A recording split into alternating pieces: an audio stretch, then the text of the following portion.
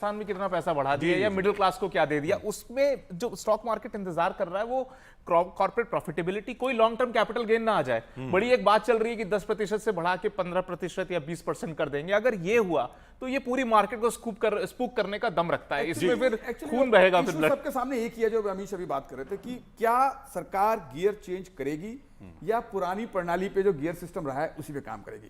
Financial prudence will be at the top और populist measures will be taken. I think financial prudence इस सरकार की priority रही है, वो रहेगी।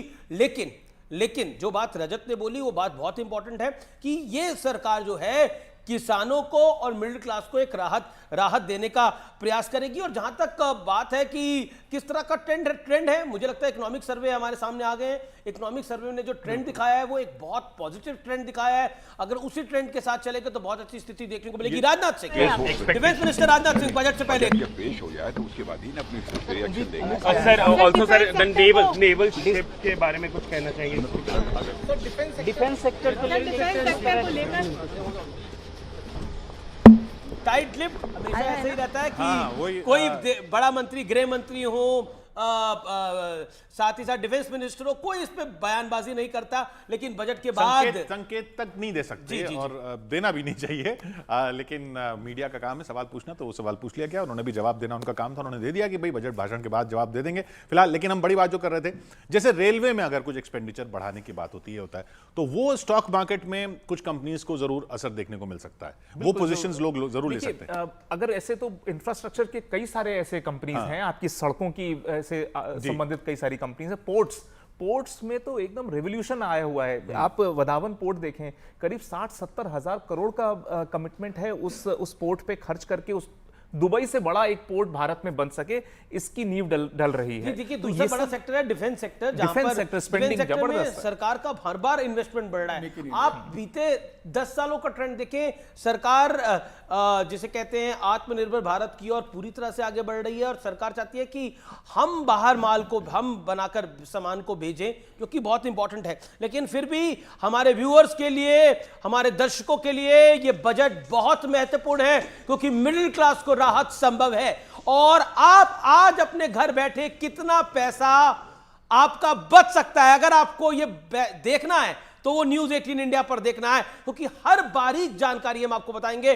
गृह मंत्री अमित शाह संसद में प्रवेश करते हुए मोदी सरकार 3.0 का ये पहला बजट है। गृह मंत्री अमित शाह संसद में प्रवेश करते हुए आपको दिखाई दे रहे हैं। कोई बयान नहीं दिया, सीधा लोकसभा में जाते हुए वित्त मंत्री, गृह मंत्री अमित शाह।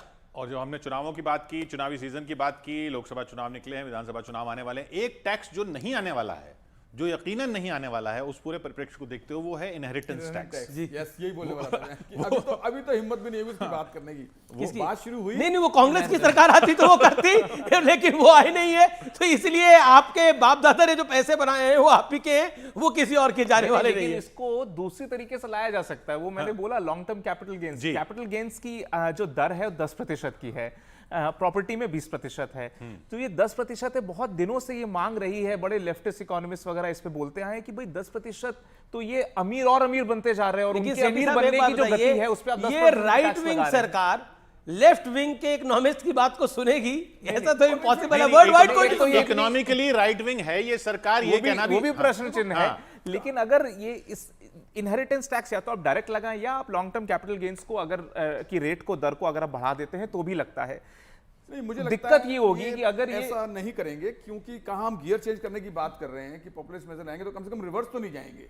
अगर आप पॉपुलिस्ट मेजर्स नहीं लाओगे तो कम से कम रिवर्स तो नहीं जाएंगे, क्योंकि इसमें आम जनमानस तो इससे प्रभावित नहीं होता है। स्टॉक मार्केट से हम ये नहीं कह सकते, क्योंकि स्टॉक मार्केट तो सबके लिए ओपन है, सभी लोग जुड़ते हैं, सभी पे उसका प्रभाव पड़ेगा। देखिए स्टॉक मार्केट पे तो नेगेटिव प्रभाव पड़ेगा। इस नेगेटिव सेंटीमेंट्स तो क्रिएट होंगे इससे, अगर कुछ बढ़ाते हैं टैक्स तो वो सेंटीमेंट्स की तरह ही पेश कर दिया जाएगा। सरकार ने देखो टैक्स बढ़ा दिया, चाहे आम जनता पे प्रभाव पड़ रहा है नहीं पड़ रहा है, लेकिन वो चूंकि इतना बड़ा समुदाय है स्टॉक मार्केट में भी डील करने वालों का, कि उसका इफेक्ट, उसकी राय हर एक तक पहुंचेगी। तो मुझे लगता है बढ़ाएंगे नहीं किसी। एक रोचक वो गलत है अगर बढ़ाते हैं। स्टॉक मार्केट में जो ट्रेडिंग करने के लिए जितने डीमैट अकाउंट बने वो 10 करोड़ से ऊपर है। इतने टैक्स पेयर नहीं है भारत में, जो कि 10 करोड़ लोग जो कि सच में टैक्स जमा कर रहे हो। तो इतनी ज्यादा saturation retail sector, retail investors की स्टॉक मार्केट में आ चुकी है। तो ये एक्टिविटी आप देखेंगे कि वहां से सेंटिमेंट अब ड्राइव होने लग गया है। अमित पांडे हमारे साथ जुड़े हुए हैं। अमित पांडे, क्या इस समय अपडेट है और क्या जानकारी है? अमित पांडे।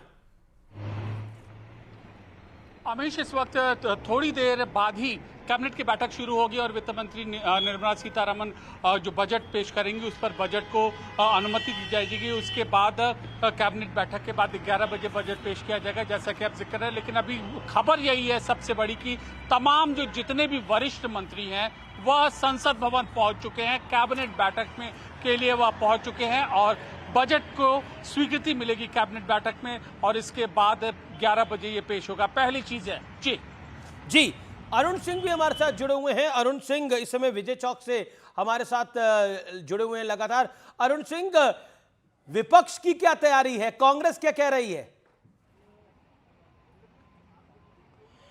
देखिए, पहली बात तो तस्वीरें मैं आपको दिखाता हूं अमीश। इस वक्त जो विजय चौक है उस पर रूट लगा है। रूट लगने का मतलब है कि प्रधानमंत्री नरेंद्र मोदी जो कैबिनेट की बैठक चेयर करेंगे और उसी बैठक में इस बजट को मंजूरी दी जाएगी और निर्मला सीतारमण 11 बजे लोकसभा में उसको पेश करेंगे। उसके बाद बजट भाषण देंगी। उस भाषण पर पूरे देश की नजर इसलिए भी रहती है क्योंकि आम लोगों की जो सबसे बड़ी आकांक्षा है, आशा है, उम्मीद है, वो ये है जो मिडिल क्लास के लोग हैं, सैलरीड क्लास के लोग हैं, उनकी उम्मीद है इस बार कि इनकम टैक्स स्लैब जो है उसमें बढ़ोतरी करेगी सरकार और उनको कुछ छूट मिलेगी। प्रधानमंत्री ने काफी पहले कहा था इस बात को कि जो लोग तनख्वाह कमाते हैं, जो लोग टैक्स ज्यादा देते हैं, उनको राहत मिलनी चाहिए। और चूंकि ये मोदी सरकार का तीसरे कार्यकाल का पहला बजट है, इसलिए लोगों को, आम जनों को उम्मीद है। जहां तक विपक्ष का सवाल है, देखिए पिछले 17 साल से तो मैं बजट कवर कर रहा हूं। हर बार जो सरकार होती है वो कहती है ये पाथ ब्रेकिंग बजट है, ऐतिहासिक बजट है, देश को बहुत आगे ले जाएगा। और विपक्ष हर बार वही कहता है कि इसमें कुछ नहीं है, निराशा है, किसानों के लिए कुछ नहीं है, बेरोजगारों के लिए कुछ नहीं है, युवाओं के लिए कुछ नहीं है। तो ये जो पॉलिटिकल रेटरिक है, उसके अलावा अगर हम बात करें सीरियसली कि जनता के क्या मुद्दे हैं, महंगाई जनता का मुद्दा है, रोजगार जनता का मुद्दा है, फसलों के सही दाम मिले ये जनता का मुद्दा है, और जो हाल के दिनों में सब्जियों में और बाकी चीजों में जो महंगाई हुई है उसको किस तरह से कम किया जाएगा, इस पर लोगों की नजर है। गैस की कीमतें क्या कम होंगी, क्या पेट्रोल डीजल की कीमतें कम होंगी, इन सब पर आम लोगों को नजर जरूर है उनकी निर्मला सीतारमण पर। और इस बार एक्सपर्ट ये कह रहे हैं कि प्रधानमंत्री नरेंद्र मोदी कुछ आम लोगों को राहत दे सकते हैं। आपने एक ऐसा बिंदु छेड़ा जो हमें ले आता है उस बात पर कि जब भी नई सरकार आती है तो उसका जो पहला बजट होता है वो वोट ऑन अकाउंट के बाद होता है। अब दिक्कत ये होती है, ये मिडिल क्लास की नजर से बता रहे हैं क्योंकि इतने बजट जब कवर किए, जब नई सरकार आती है तो ये बजट जुलाई में आता है और जुलाई में हमेशा सब्जियां महंगी होती हैं और जो किचन का बजट जो है वो जुलाई में हमेशा ज्यादा लगता है और वो महंगाई जो है वो बिल्कुल घर पे आई हुई लगती है। फरवरी में जब वो बजट होते हैं तो वो उतनी महंगी चीजें लगती नहीं है, इसलिए ये महंगाई जो है ये जुलाई में ऐसा लगता है कि राहत ज्यादा जब भी होती है तब वर्ल्ड वाइड। अरुण के पास कुछ अपडेट है। अरुण, क्या अपडेट है आपके पास? देखिए अमीश, मैं तस्वीरें दिखा रहा हूं आपको, कैमरामैन नीरज तिवारी दिखा रहे होंगे कि प्रधानमंत्री नरेंद्र मोदी इस वक्त संसद भवन पहुंच गए हैं और 10:15 का समय दिया गया था और करेक्ट 10:15 के आसपास वो सदन में पहुंचे हैं। जो प्रधानमंत्री का कार्यालय नई बिल्डिंग में है, उस कार्यालय के ठीक ऊपर एक हॉल है जिसमें जो ये कैबिनेट की है बैठक होने वाली है और वो जो परंपरा रही है कि उसको मंजूरी दी जाएगी और एक संवैधानिक बाध्यता भी है कि उसको मंजूरी देगी कैबिनेट पहले, उसके बाद उसको सदन में तो हो क्या सकता है बजट के अंदर? अपडेट देखिए, हो क्या सकता है इस बार के बजट के अंदर? बस क्या दिखाई दे रहा है पार्लियामेंट के अंदर? क्या सुनाई दे रहा है? क्या कर सकती है सरकार? अरुण सिंह,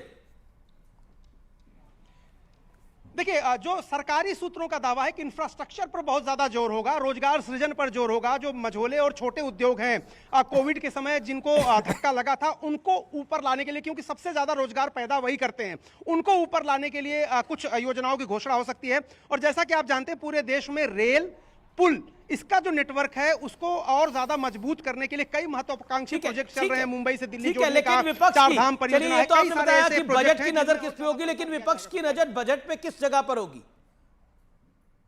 कॉर्पोरेट टैक्स पे।